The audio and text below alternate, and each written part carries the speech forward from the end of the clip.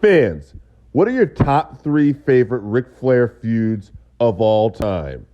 For me, Ric Flair is one of the greatest in-ring competitors of any era. He was on top for so many decades.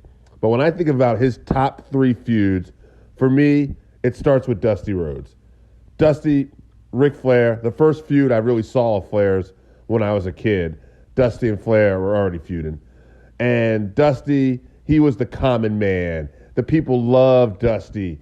And, he was just the ultimate babyface at that time. And then you had Ric Flair, who had the Rolex watches, the great suits. He had the pretty ladies, the fancy robes. These two were absolutely just the opposite of each other, but they both were just magic on the mic. Now, the next feud, kind of similar. Flair again, the lavish lifestyle, and he had all the things I mentioned before. But you had Ricky Steamboat, and Ricky Steamboat, not so much like playing the common man, but he was the family man. He would come to the ring with his wife and his kid. These two, unlike Dusty and Flair, who were just magic on the mic, these two were magic in the ring. And the Flair Steamboat matches to this day are classics.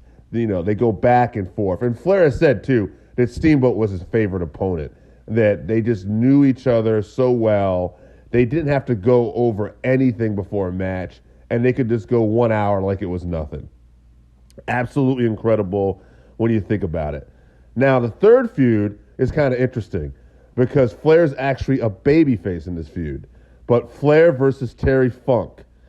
Flair versus Funk was absolutely insane to watch as a kid. Funk was a nasty heel, and Funk just knew how to take it to Rick. He put plastic bags over his head. He pile drove him through a table.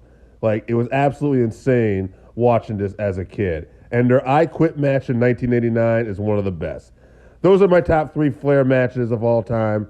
Tell me what yours are in the comments.